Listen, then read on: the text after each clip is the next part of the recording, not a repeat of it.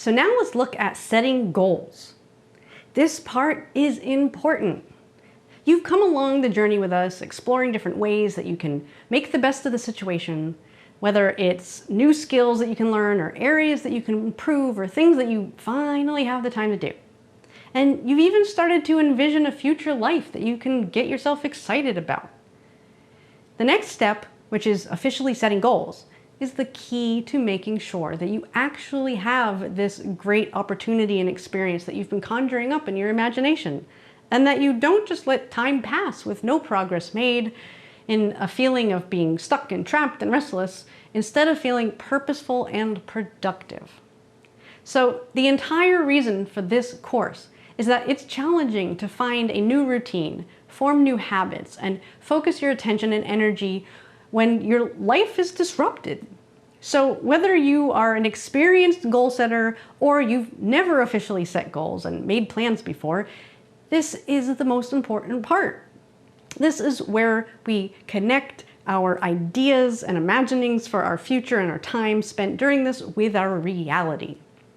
So this process I'm going to talk about is a simplified version of a highly effective, proven goal-setting process that we've used in our own lives and businesses for decades and have coached many clients to use, as well as taught to tens of thousands of life coaching students. So if your goals are big, complex, or longer term, such as more than a year, or you want to use a process like this with other people, we encourage you to look into our other courses that dive deeper into this topic.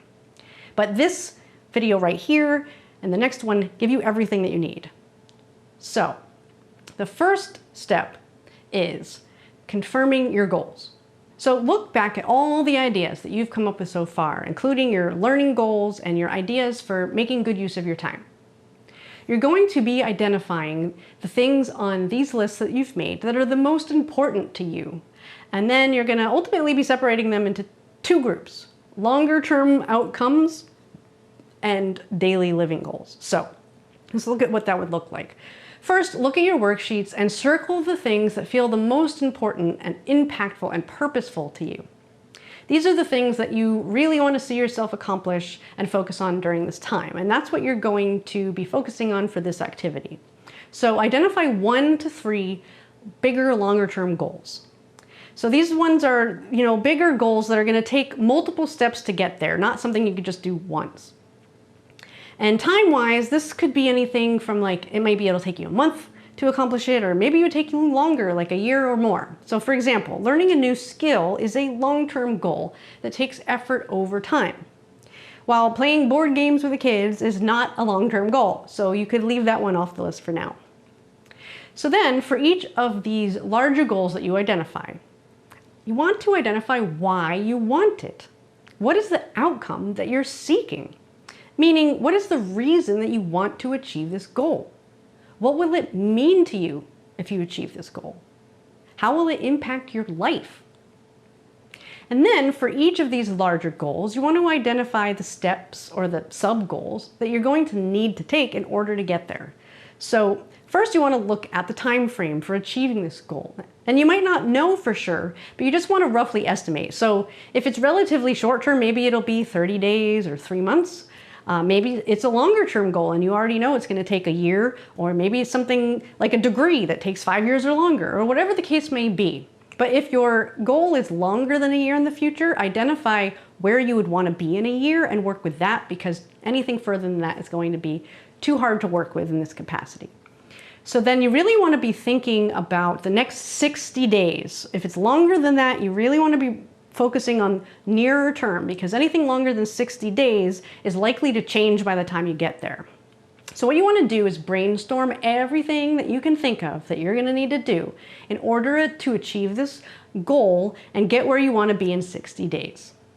Everything. You want to write down everything you can think of, because then the next step is to prioritize every item on your list. And the goal is to identify items that are more important, because they need to be done first before you can do other things.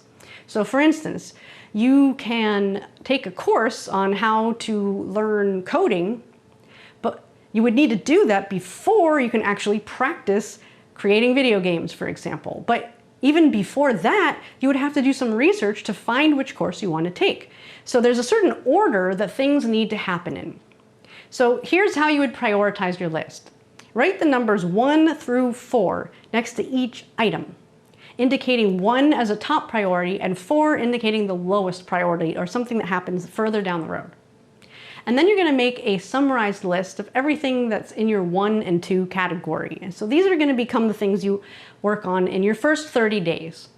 So in the next video, then we're going to talk about how to break this down into your weekly and daily plan that you're going to be working with to actually start taking these steps. Otherwise, it's just a really great, complicated idea.